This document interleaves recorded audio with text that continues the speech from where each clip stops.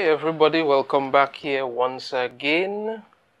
So, if you've seen my videos previously, you know I don't have I'm not holding out a lot of hope for the upcoming Thor movie, which is Thor Love and Thunder. For quite some time now, I've talked about the stuff that they have been doing and what they're looking to put together and what it is I'm expecting it to be. I think it's probably going to be another bait and switch. But we got some information here from an article from Bounding into Comics, and it doesn't look very good for Thor upcoming movie at all. So let's get into this one.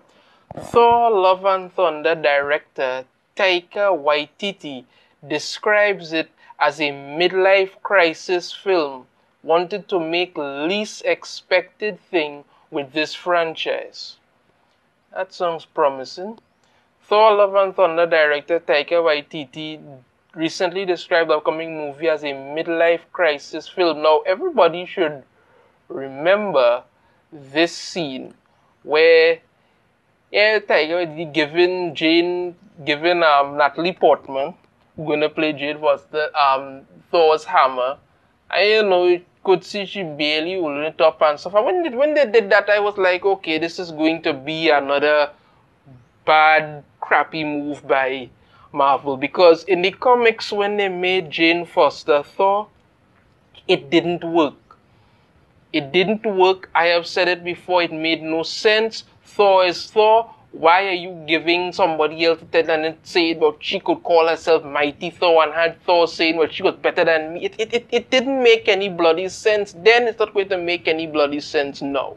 It's that simple. So what it is that Taika Waititi had to say is that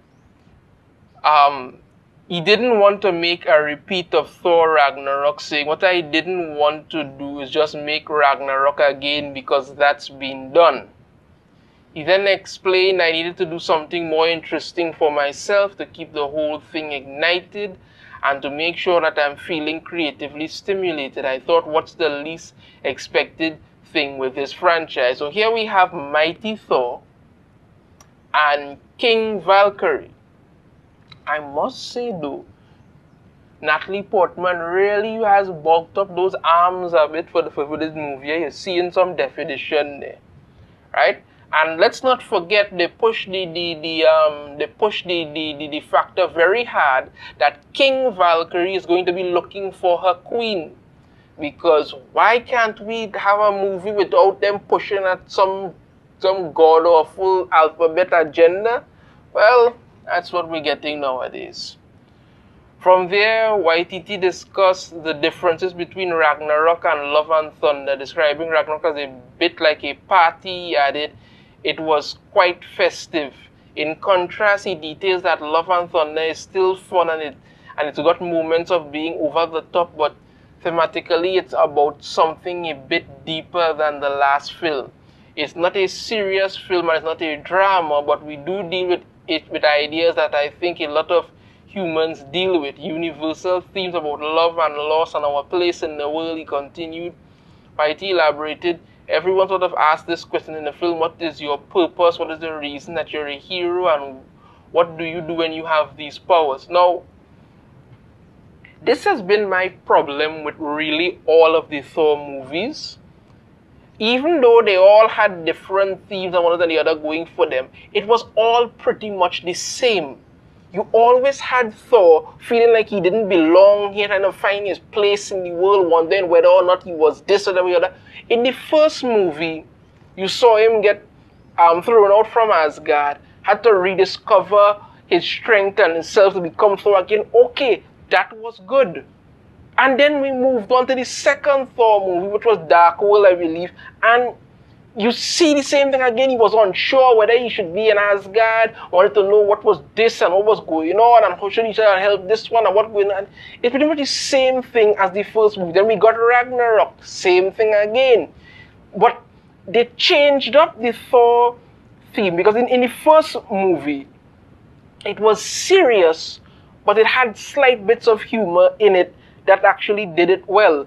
By the second movie, started to see that coming a little more, and by Ragnarok, it was pretty much as they describe a party, where it was just having a lot of jokes and that kind of thing. And I have no problem with any jokes. There's nothing wrong with having some humor in a movie. It helps it to go along. But again, as I say, having Jane Foster become Thor and trying to push this narrative seems like a bait and switch to me. There are a lot of Thor stories that could be told, and you aren't touching on them. Instead, you keep going back with the same thing and saying that you don't want to do that, but it's the same thing you do with every Thor movie. Thor is always trying to find himself and find his place in the world and whether he belongs. You see it everywhere, even when he's in the Avengers movie, you get this thing with it and all. So I'm just saying, it just tends to be a little bit repetitive. He then proceeded to describe the movie as a midlife crisis film. That's what people want. Explaining that's the question we ask everyone. Are we doing the right thing? Are we doing all we can in the world? I think right now, while the world is still healing from this pandemic, it's a good question to ask. The director asserts it's like, well, are we doing enough to look after each other and to look after ourselves? This midlife crisis of asking what your purpose is and your reason for being a hero might be new ground for Waititi at the helm of Thor, but that was one of the primary themes of the first Thor film. Exactly. In that film, Thor's arrogance, brashness, and pride are his undoing as he seeks to provoke a war with Jotunheim in order for them to fear him. His actions, orchestrated in the background through Loki's deceptions, almost end up having him start an interplanetary war. When Odin puts a stop to the conflict, he does punish Thor by casting him out of Asgard and stripping him of Mjolnir and the powers the hammer bestows. As Thor goes on his hero's journey, he learns about love, sacrifice, and duty. So he's been alive for thousands of years and he never learned that. Okay.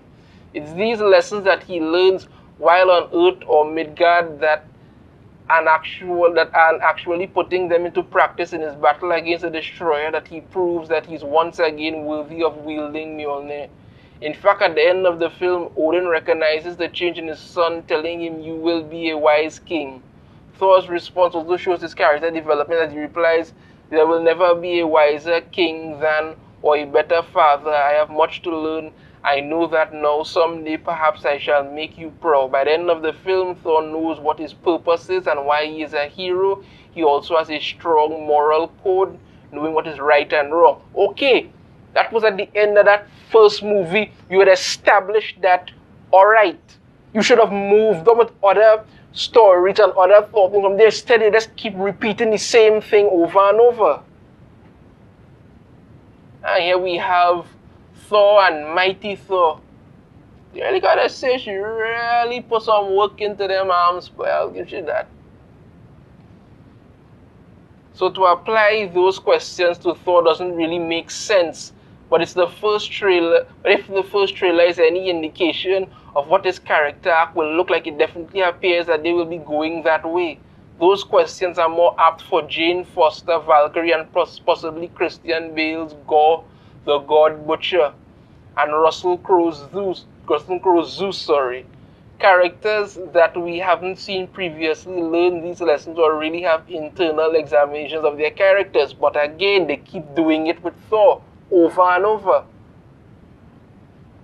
Thor Love and Thunder's official description reads, Marvel Studios' Thor Love and Thunder finds the God of Thunder, Chris Hemsworth, on a journey unlike anything he's ever faced, a quest for inner peace. But that's pretty much what he's always been. Okay. But Thor's retirement is interrupted by a galactic killer known as Gore the God Butcher, who seeks the extinction of the gods. To combat the threat, Thor enlists the help of King Valkyrie, Korg, and ex-girlfriend Jane Foster, who to Thor's surprise inexplicably wields his magical hammer Mjolnir as the mighty Thor. It continues.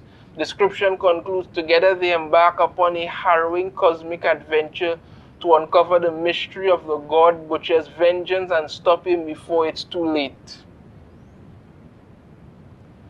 I am just saying this seems very repetitive of what we have gotten before with Thor. And again, I am telling you, I'm getting this strong feeling where there be another bait and switch where they're going to prop up these two as much as possible. You understand me? And leave Thor out in the cold, because you're basically saying Thor going through a midlife crisis. I mean, at the end of the first movie, he had settled all these things, figured out who he was, what the president of the world wanted to be king. Okay. But you repeated it in the second and third movie, and now we get to the point where he's going on a galactic mission with King Valkyrie and Mighty Thor, and we don't know how any of them got to this point again. And I keep saying again, they're pushing the fact that Jane Foster may have cancer and she be dying of it and die when she get the powers and all kind of thing. It didn't work in the comics. But again, shouldn't be surprised, because this is what Marvel intends to push in their Phase 4. It's not shocking, but this is the information we have coming out so far.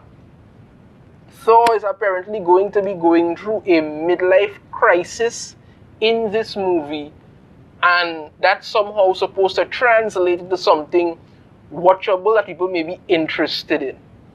I am troubled by these outings, because you kind of already know. I've spoken about it in numerous times in many other videos about what I can expect going forward with this movie. You understand me? I think they're going to really, really push this whole King Valkyrie, Mighty Thor thing. That is what they're going to be pushing. The first trailer was mainly about Thor, but it's not going to be the first time that Marvel has lured you in and done a bait and switch on it. So, as we have going forward, Thor is having a midlife crisis, King Valkyrie is looking for her queen, Jane Foster is running around as Mighty Thor, and we have the God Butcher out there. Hopefully he might just off all of them and that'll be the end of it, but probably not. So, that's what we're going to look forward to. That's the update. Let me know in the comments what you think about this. If you think that the movie may be better or different in some way, okay, no problem. If you like the video, be sure to hit that thumbs up, subscribe if you haven't already, and ring the notification bell to be notified every time I put out a new video. Be sure to share the video out there also. Until next time, everyone, take care.